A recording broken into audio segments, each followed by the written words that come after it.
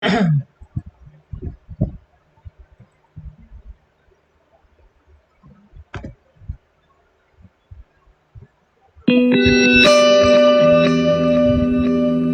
ang Broad Streamcast Communicators, ang naiba at kakaibang plataporma sa digital broadcast. Mula Luzon, Visayas, Mindanao hanggang sa iba't ibang dako ng mundo. Broad Streamcast Communicators, ang sandigan ng sambayanan mula sa walang labis at walang kulang na pagbabalita, paglilingkod, maglalahad ng mga mapagbuong komentaryo at usaping pambayan para sa kapakanan ng karamihan. Broad Streamcast Communicators, tuwirang maglilingkod ngayon hanggang sa susunod na henerasyon.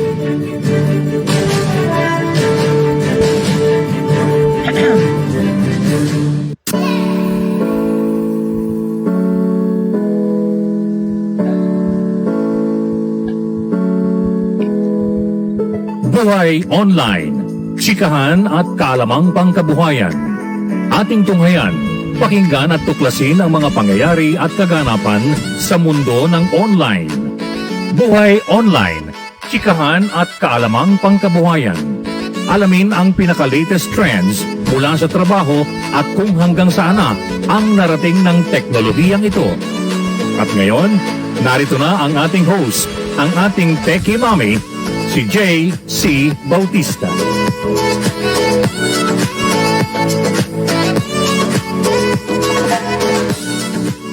Hi! Hello everyone! Happy Thursday! Happy Thursday everyone! Magandang umaga po. Sorry for my being late. I'm having a little bit of a technical difficulty tsaka kakagaling lang dito ng PLDT dahil pinatignan ko yung internet kasi for the past few days has been bogging down. Yung pala yun. Meron palang offer ang PLDT ng special boost. Until December 31 lang tong offer na to, mga ka-internet, alright? PLDT fiber plan, whatever, yung 1599, it's now at 1600. So they're giving you 100 pesos off the 1699. So 1599 na lang siya. Tapos meron pang those existing naman, you get a free boost from 50 Mbps to 100 Mbps from today up to December 31 lang po. So avail na kayo if you are on a plan that's lower than 100 Mbps. You can avail of the boost that they're giving, tsaka 100 peso discount and the boost, all right, from 50 Mbps to 100 Mbps. Wow, that's very good. So of course, ginawa ko na, in-upgrade ko na yung aming kasi di ba they give that free boost for months eh. Naramdaman ko naman yon. Pero yun na nga, biglang past few days, bumagal na. Kasi siguro bumalik na rin sa original na kung ano yung speed mo. But lower naman than expected kasi 50 Mbps ako eh.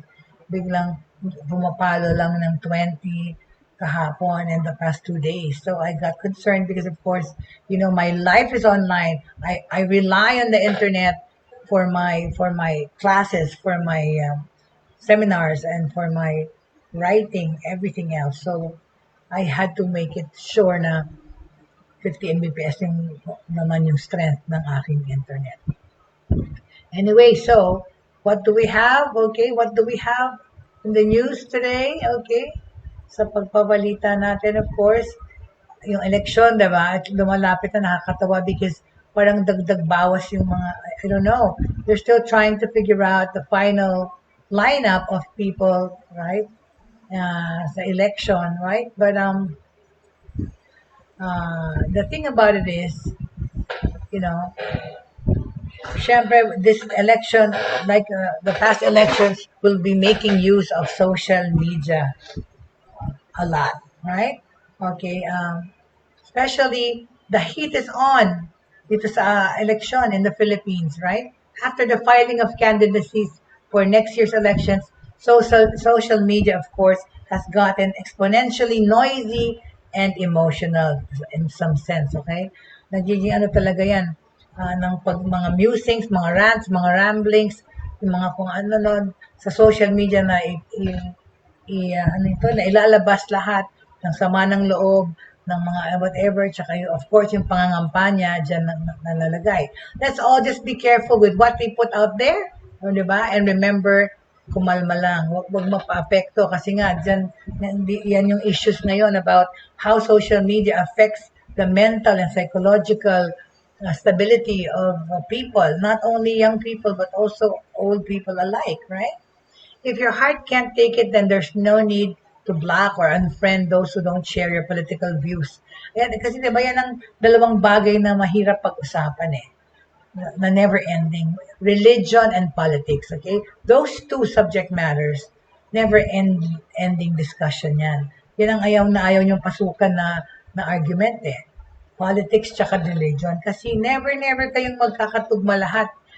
People are gonna be having different opinions and remarks regarding these two topics. So, para huwag kayo ma-stress, so, no, if your heart can take it, there's no need to block or unblock those who don't share your political views or religious views or religious preference.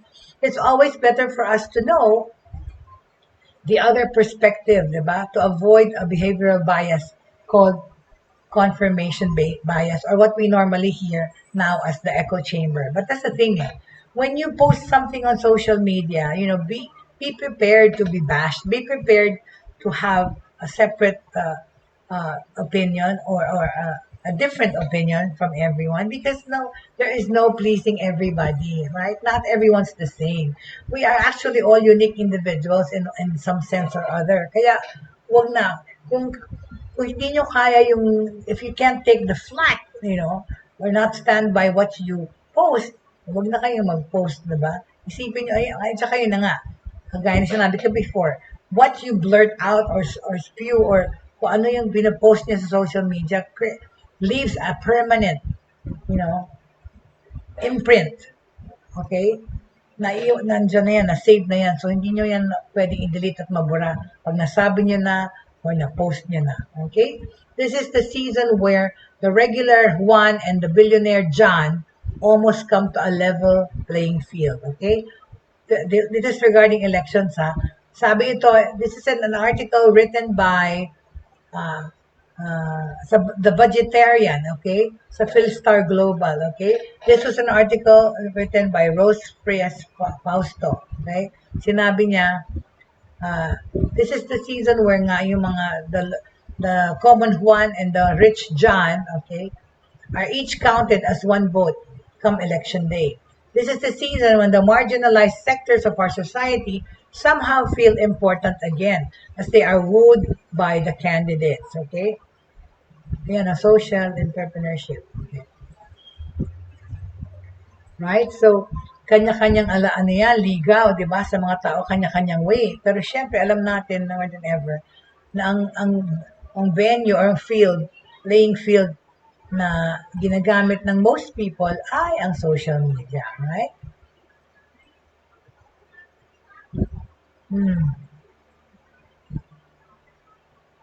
Alright, so, hold on a second, okay? Bigla akong, alright. So, yeah. So, level ang playing field because kasi hodang mayaman, mahirap pwedeng gumamit ng social media to have their messages come across, no? Pero this has made us think about social entrepreneurs, okay? These brave souls are the ones whose life work is all about improving the condition of the marginalized sectors of society, okay? What is a social enterprise, okay? Ano ang social enterprise? It is a business na ang primary objective is to serve a purpose that has a positive social impact, okay? Negosyo ito na ang dapat iisipin nila ay yung for the common good or kabutihan ng mamamayan na magka-create ito ng social impact na positive, hindi yung kagaya ng mga anti-vaxxers or yung diba? Or yung sa politics, yung kanya-kanyang kulay, diba? Ang social enterprise seeks to earn profits, to be sustainable, and give benefits to the identified sector of society and environment, as opposed to the normal corporate objective of maximizing profit for shareholder owners' benefit. O yan na nga, yan ang sinasabi na hindi ang Facebook, diba? Na kasi ang Facebook para sa profit lang. Regardless kasi hoda sino ang nagpa-advertise, ang nagpa-ad dyan, nagpa-post ng ad, diba? Kasi hodang negative siya sa religion or sa politics or sa pagba-vaccine. Ayan sinabi ng whistleblower, hindi raw sila sensitive sa ganun masyado. Kasi ang iniisip nila ay profit. Well, social enterprise addresses social issues and contributes to improve the society. Okay? So, yun ang kaibahan. Ang dapat social enterprise should seek to earn profits to be sustainable and give benefits to the identified sector ng society and environment. As opposed ngayon sa common ng corporate na pera-pera lang, right? Okay? Alright? Okay. According to a study by ADB or the Asian Development Bank, as of July 2019, there were 164,473 social enterprises in the Philippines. Hi there, Cynthia. Good morning. Good morning, Cynthia. Cynthia Buste. Hello. Okay, so so I was saying yung 164,473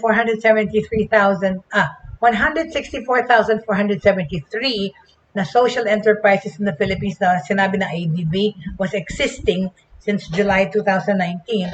17% yun of the total registered businesses in the country. See? So, furthermore, 71% of the social enterprises are micro, small, and medium-sized businesses. Okay? The remaining 23% are NGOs and 6% are COOPs. Co-ops. COOPs ba yan?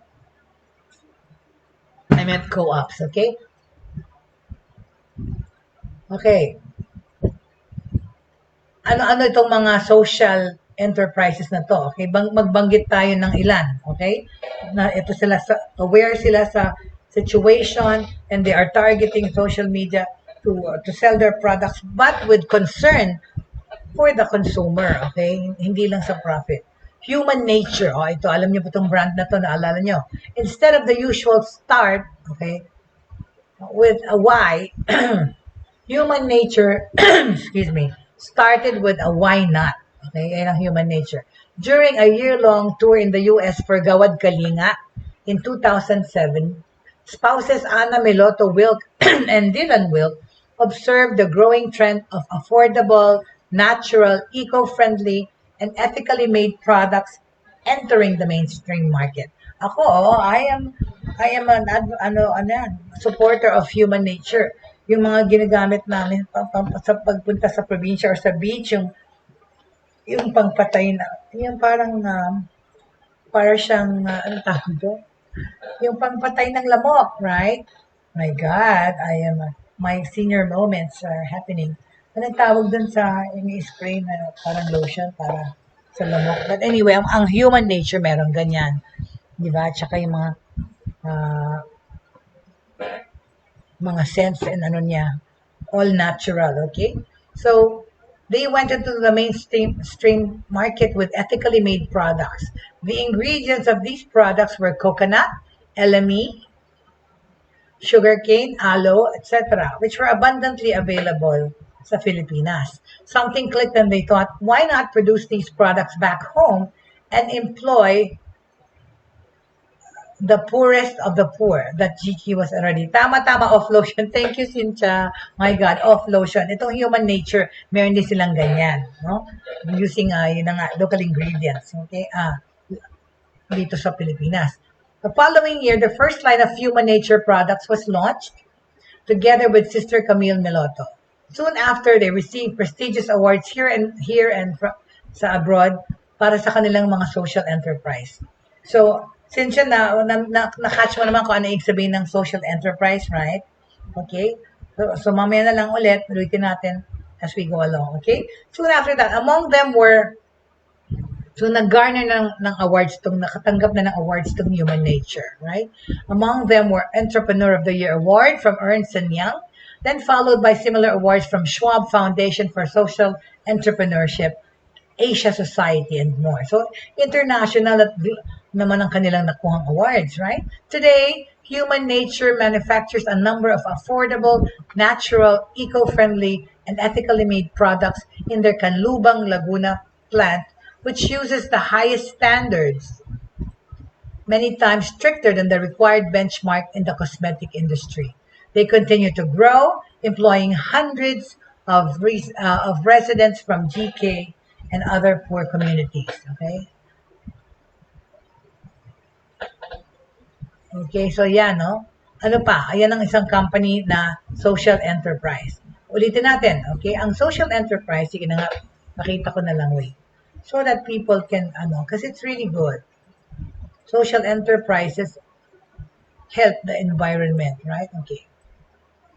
Let me show you. Okay, so you can read it and absorb, okay? All right, here you go.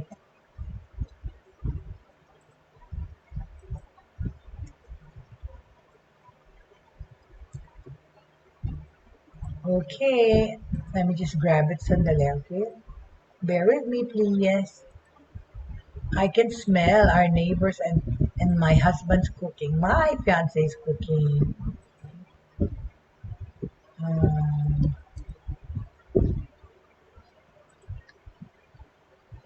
We're having adobong puti for lunch. And, okay, here, yeah. Okay, this is social enterprise again. I'm talking about this. Social enterprise is a business whose primary purpose is to serve a specific social objective that has a positive impact on society. Profits serve to sustain the business and is used for the benefit of the identified social objective rather than for the benefit of its shareholders lang or owners, kagaya ng Facebook. Kaya ko na-mention. Okay? So, yan. Yan ang social enterprise. Okay?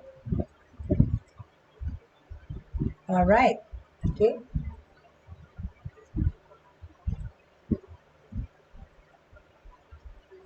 Teka, natakpan naman yung second boost ko. Dito na lang. All right. Okay, so there. All right? So going back to what I was saying, okay, according to a study, yun na nga, 17% noon since 2019 sa mga enterprises sa Pilipinas, ang social enterprises. Okay, so minention natin Human Nature. Ano pang company ang social enterprise? Rags to Riches, or R2R. Rags to Riches is a fashion and design house empowering community artisans in the Philippines, okay? With a vision of making style and sustainability coexist, okay? Style and sustainability. Pagpa-partner niya, ipag-marry, right? The story began in 2007 in Payatas, okay? The largest dump site in the Philippines. Alam natin yan, ng mga basura, right? Mas marami ganyan pang business. Oo nga, ito. Ikwento natin, marami itong mga businesses na to. Ini-enumerate nga natin, no? Para maging aware ang mga tao. So it started sa Payatas, which is the largest dump site in the Philippines. From the scouring dump sites for cloth scraps to be made into foot rugs, yung basahan, to be sold in the streets, the nanays were organized by Reese and trained to become artisans that create fashion items together with renowned designers, diba? Ang ganda ng idea na yan. Kaya rags to riches. From basahan, gagawin into something in collaboration with mga designers sa Philippines. Ang ganda yan. I first met si Reese ang nag-umpisa nito. Reese, R-E-E.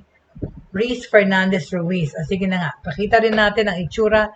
Ang itsura ni Reese.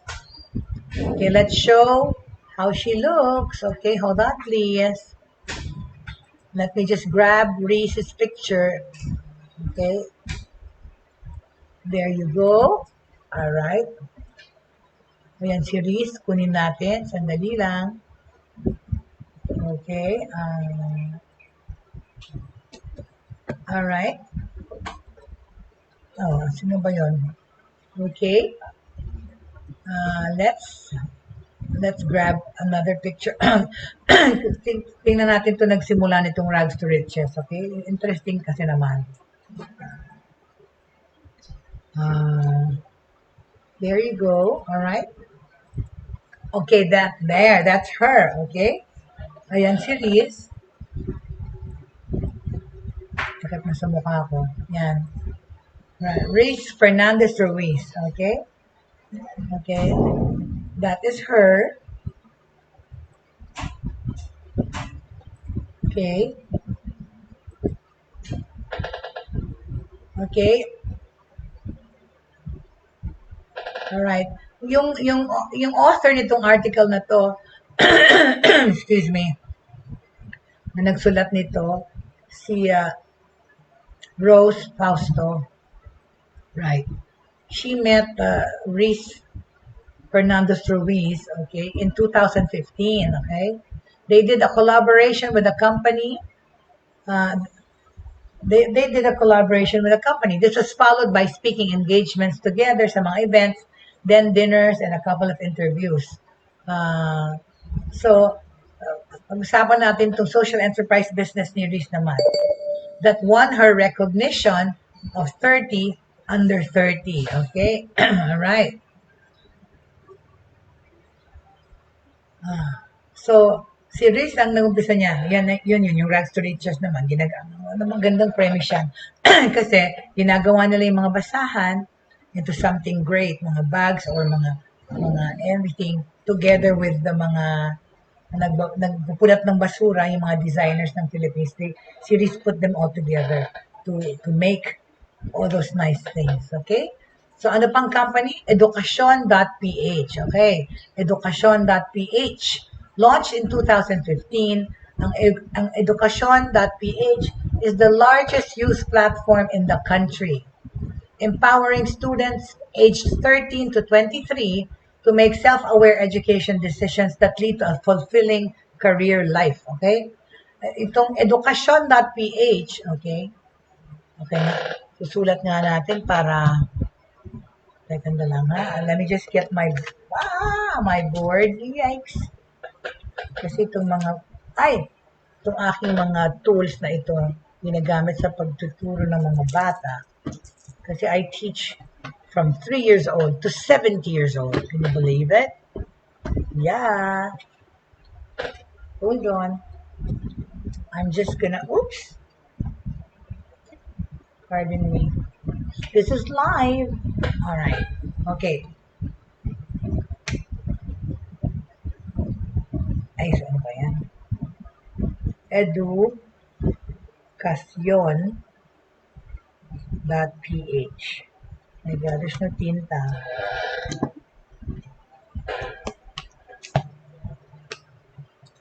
All right. So, this site, okay,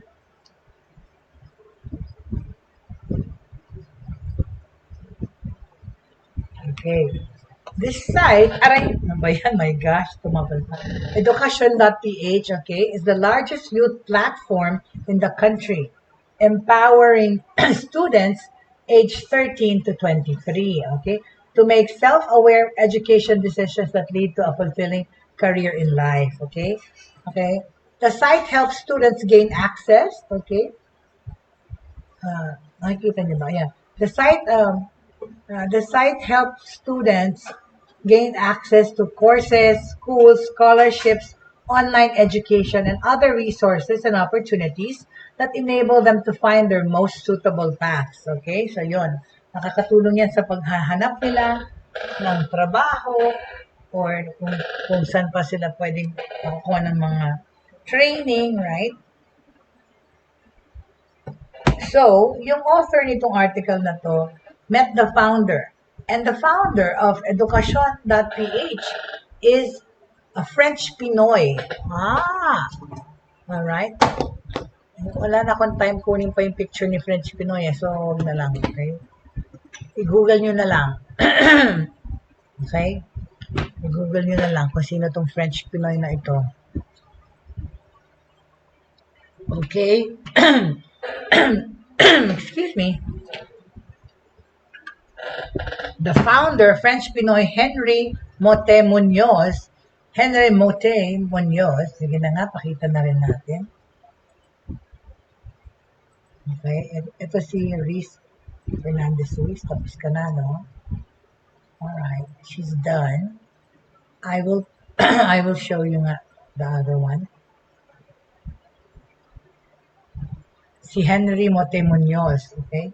A French Filipino naman. Is the founder of Education.ph. Alright? That's cool. O, ayan. Okay, let's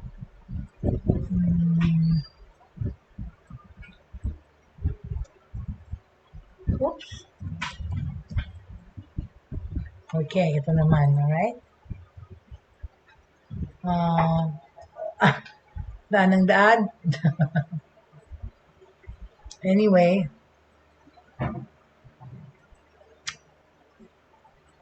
okay. So as I was saying, ano ba yun? There you go. Alright, there you go. Okay, ayan. Henry Mote Munoz is the founder of Education.ph. Alright? Alright. He was also given an award recognized as one of the 30 under 30 for his social enterprise. Okay? And Education.ph is a place, where the young people can seek a lot of assistance, right? At maraming kaalaman and opportunities there in Education.ph. You can actually learn a lot from that site. All right.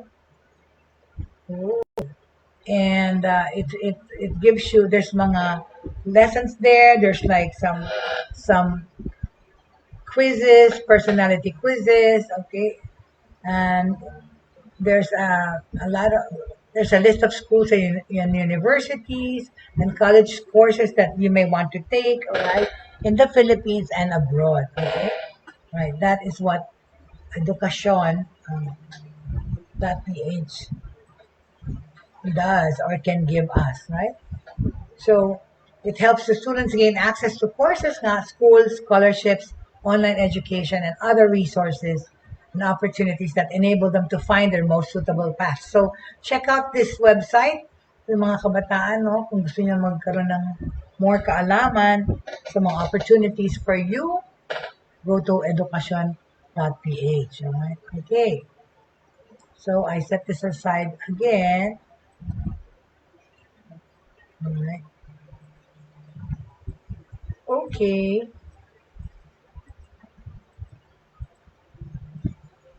Okay, so more news.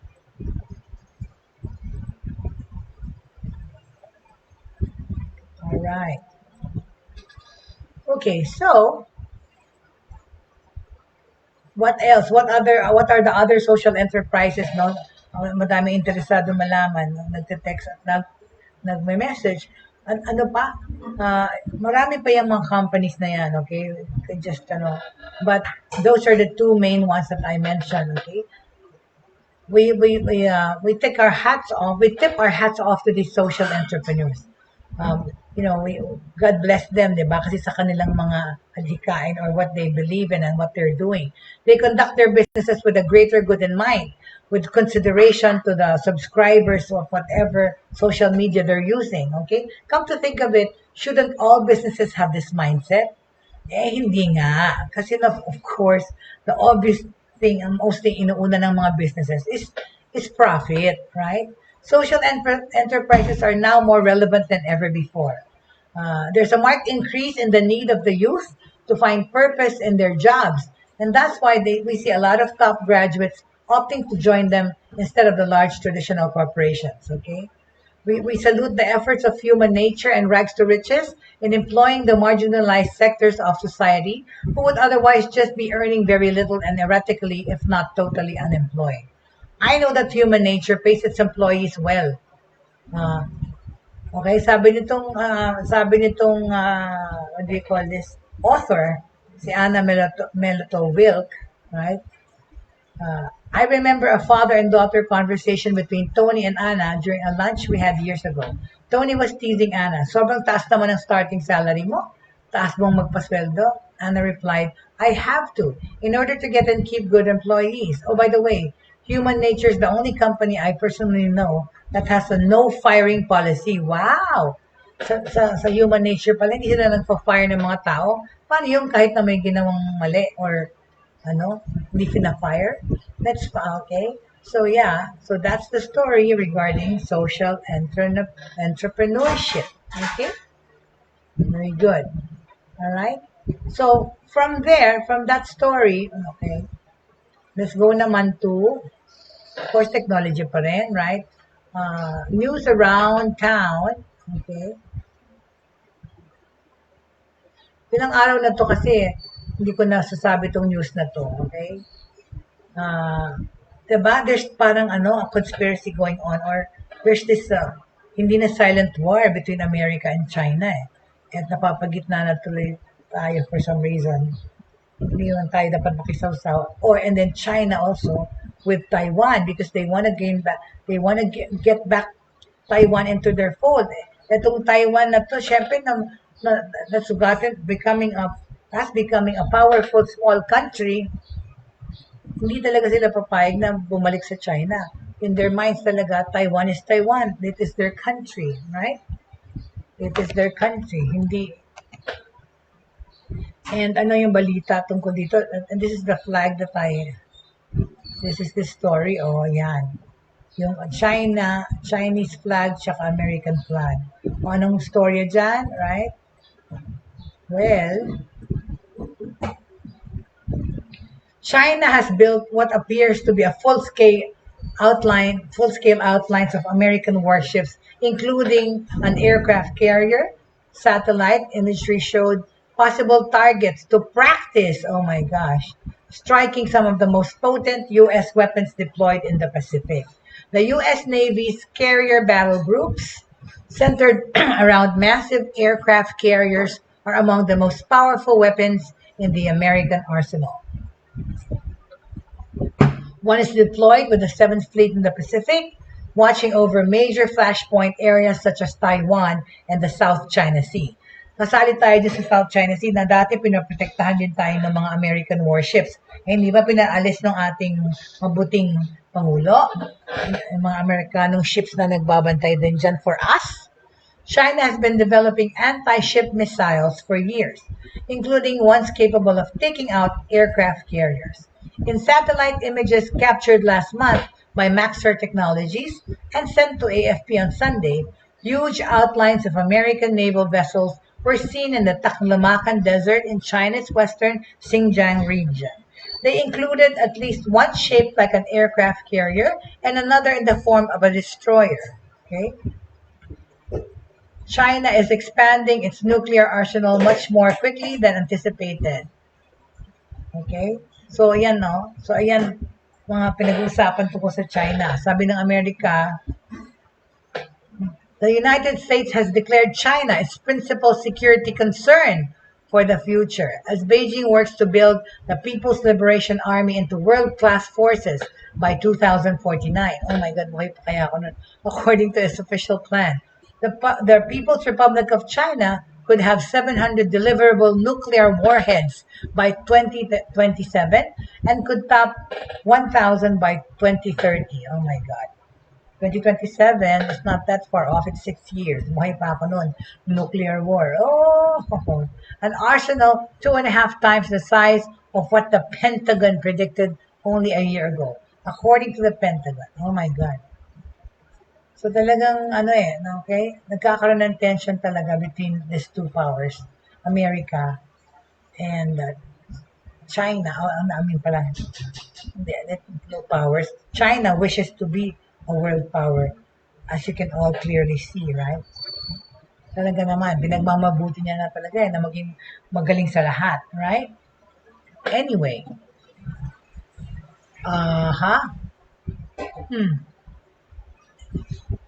Ano pang magandang balita ang ating papag-usapan? Okay, hold on a second, please.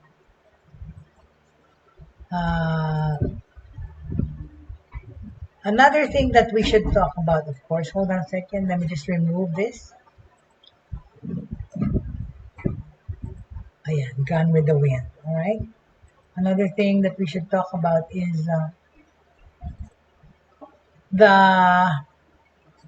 again, okay, naghangi ang computer. Ayan. YouTube hides dislike counts to discourage attacks, di ba? Yan, yung mga dislike na button sa YouTube. Yan ang pinag-uusapan natin ngayon. Right? There you go. This is the news, right? I'll just make it a little bit bigger. YouTube dislike counts, this hide the dislike counts, yun yung ganyan, thumbs down, to discourage attacks. Yan daw. Anong ibig sabihin? Well, what it means,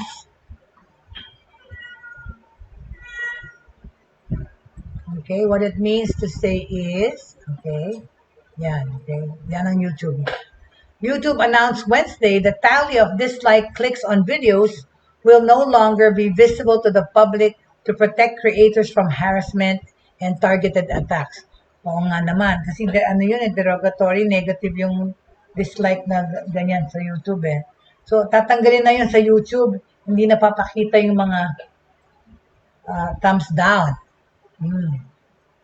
Because of course, YouTube is an American product, so they have, they can, so ayan, so in-announce ng Wednesday na, okay, na they will no longer be visible yung mga dislike. A public count of likes or dislikes that social media posts rack up is regularly cited by critics as harmful. Totoo naman nakakadampen ng spirits, nakakaano ng demeanor pag nakita mong ilan ang yung dislikes, right? Kasi sa Facebook walang dislike eh, ano lang, 'di ba, likes. Meron bang dislike sa Facebook? Hindi ko na tuloy napansin. Anyway, yeah, so critics believe that it is harmful to well-being, and Facebook as well as Instagram have allowed users to opt out. Is there a thumbs down button in Facebook? Is there a thumbs down button in Facebook? Meron pala. Okay. Anyway, so aalisin na sa YouTube yon. Users on the Google-owned video sharing platform will still be able to click on the dislike button below a clip, but they will no longer be seen as a negative review count. Okay naman, okay? To ensure that YouTube promotes respectful interactions between viewers and creators, tsaka kasi syempre yung mga advertisers, ayaw nila yun, we experimented with the dislike button to see whether or not changes could help better protect our creators from harassment and reduce dislike attacks, okay? Sinabi to ng YouTube. Our experiment data showed a reduction in dislike attacking behavior. So, anong ginawa nila? Tiningnan nila kung hindi na nakikita yon. So, mas nagustuhan daw ng mga tao. Alright? Content creators. The social media stars, okay, who draw crowds online. Okay?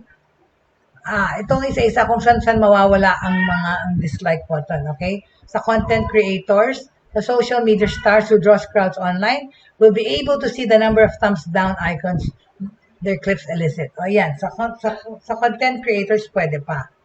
YouTube said smaller scale or mga bagong creators reported being unfairly targeted in attacks where people work to drive up the number of dislikes on videos. O yun na nga kasi, kung nababayaran yung mga likes, siguro yung dislikes na ganun din eh, right?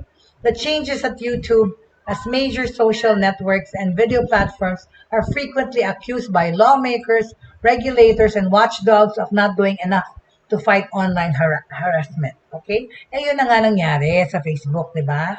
Kasama na rin dyan ang YouTube na hindi pinoprotektahan daw ang mga interest ng subscribers, kundi profit lang.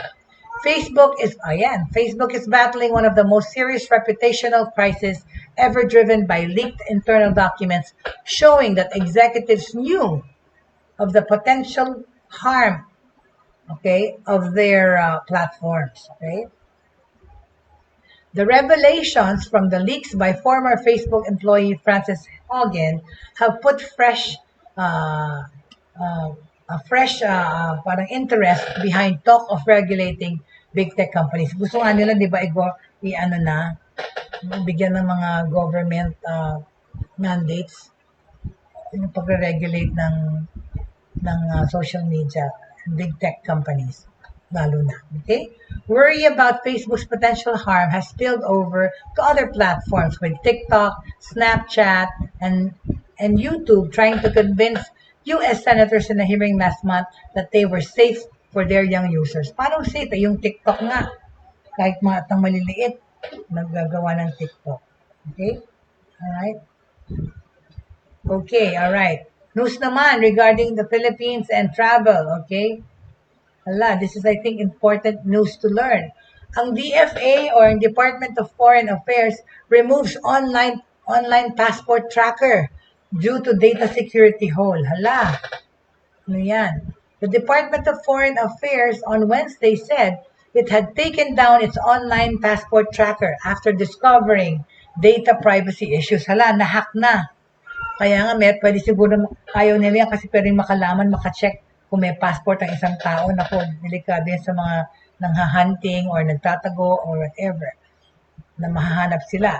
The agency's Office of Consular Affairs took down the tracker and all its data resources to avoid further data broadcasting. The DFA's IT unit is currently investigating, the circumstances surrounding this issue.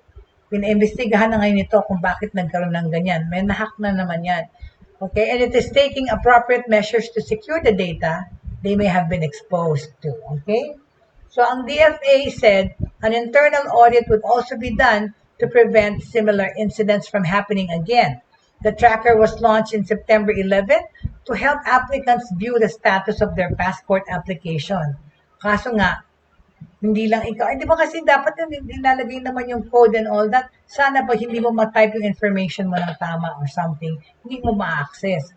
Kaso siguro masyadong madali yung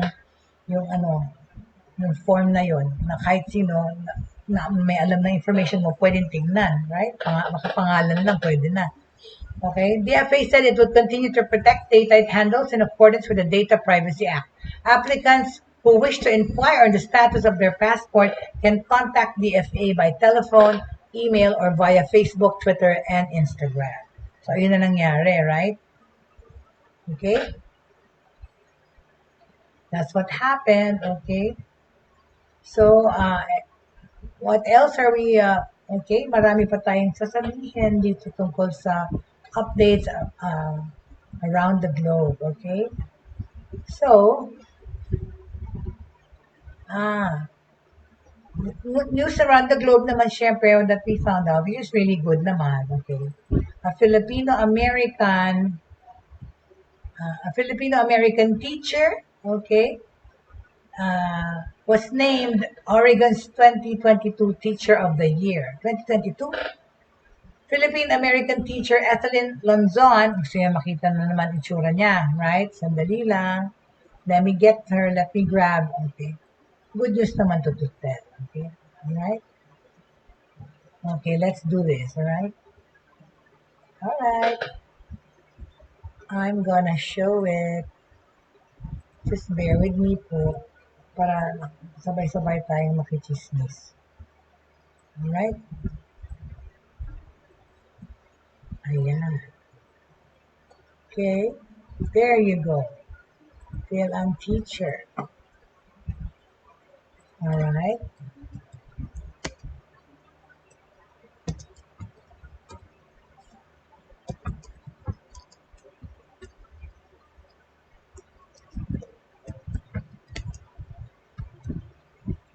Alright. Okay, I should get it now. Excuse me.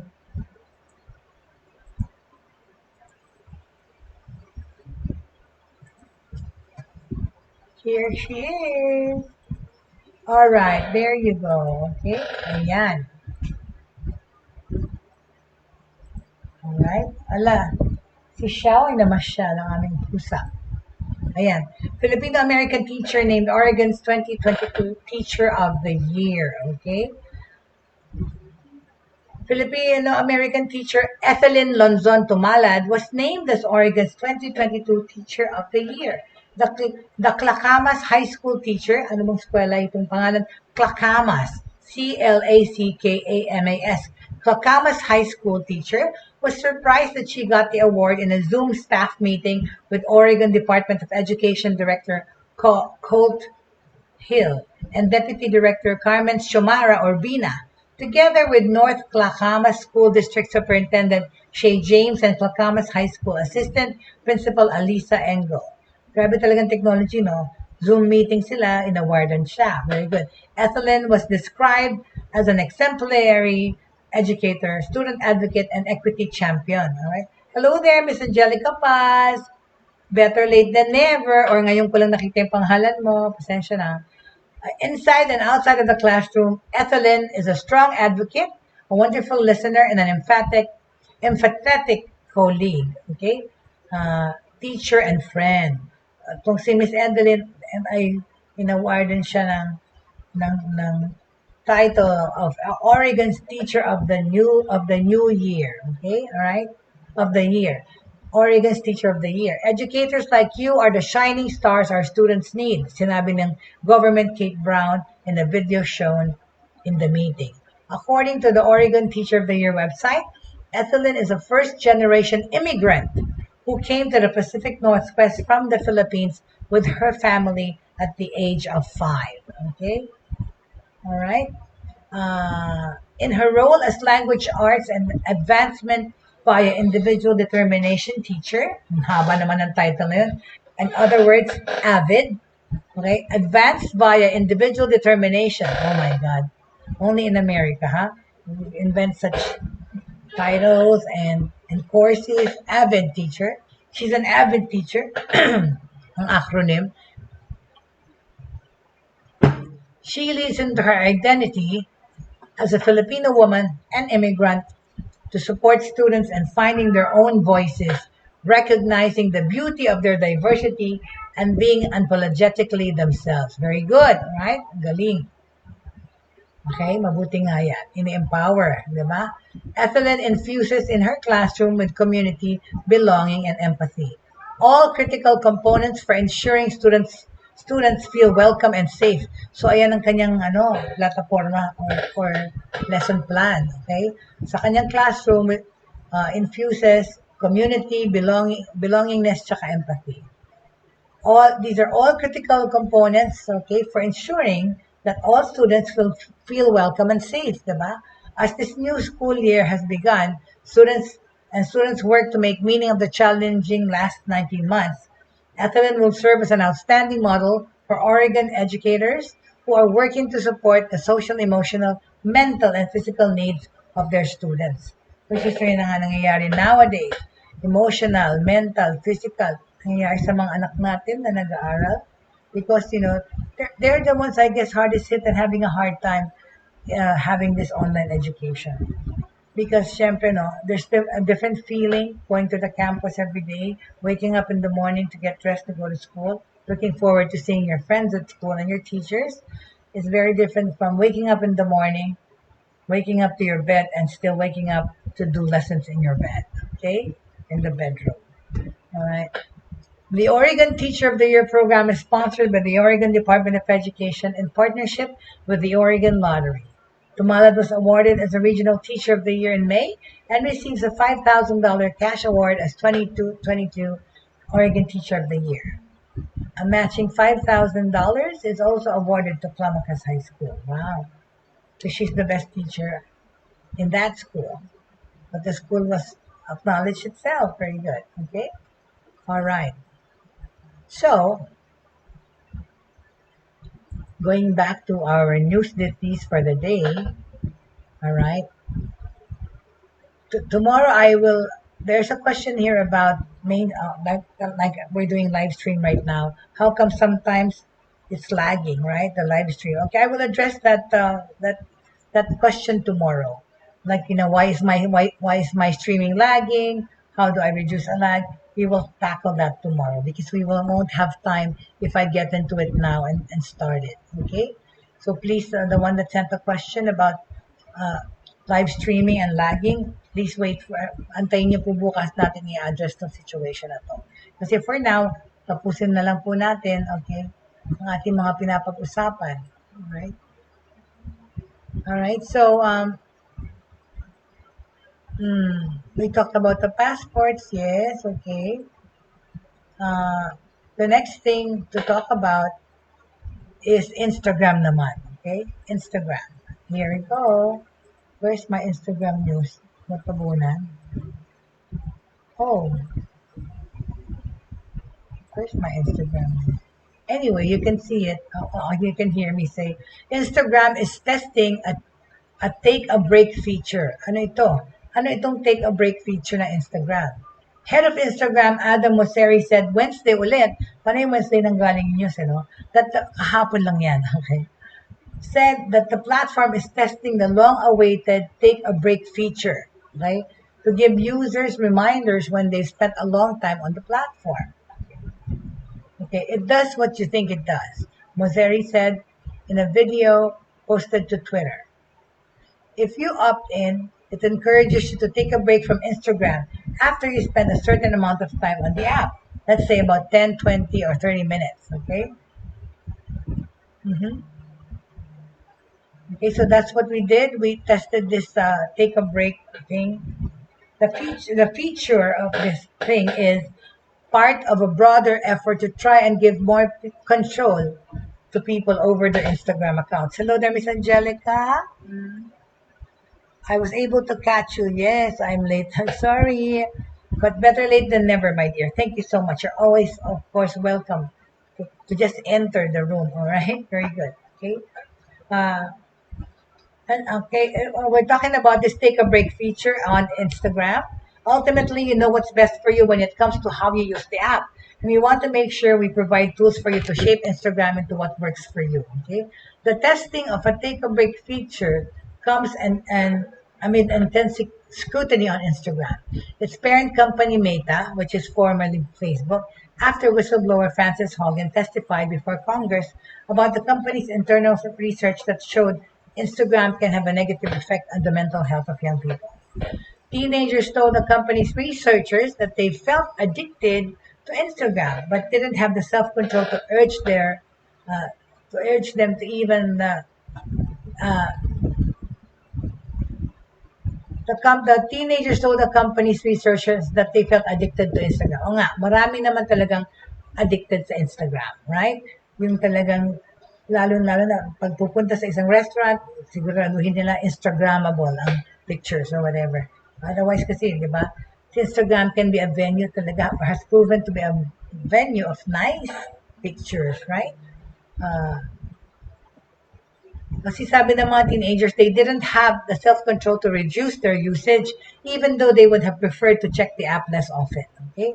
The company's Vice President of Global Affairs, Nick Clegg, said on CNN last month that it was working on a take-a-break feature in the app with similar features and all with teenagers, okay? With teenagers in mind, naggawa sila ng take-a-break feature. Ano to? When its system sees that a teenager is looking at the same content over and over again, and it's content which may not be conducive to their well-being, we will nudge them to look at the other content.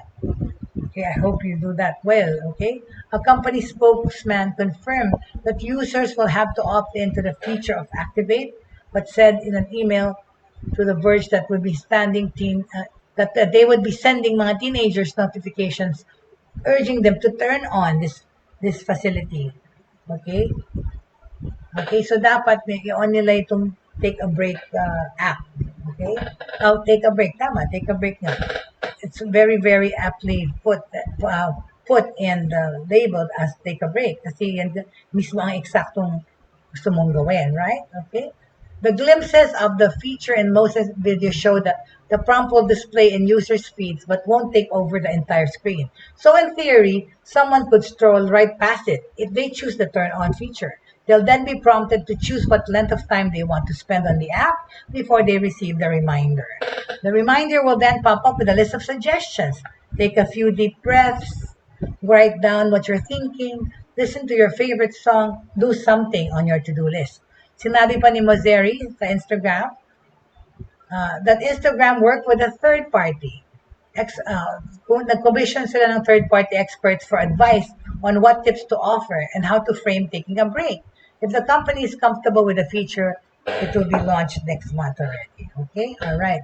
With that being said, okay, maraming salamat po sa inyong pagsubaybay.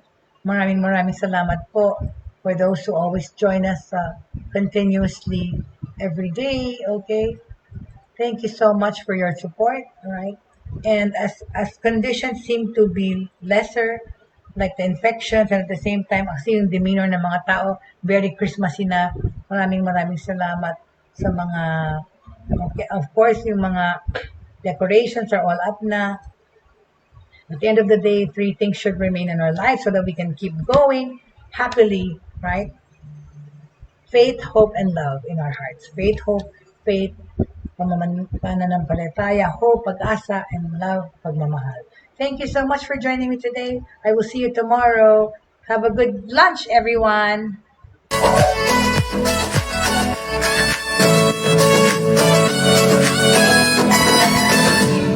Inyong natuhayan at napakinggan ang mga makabagong pamamaraan sa mundo ng online sa pamamagitan pa rin ng Broad Streamcast Communicators. Hanggang sa muli, maraming salamat po.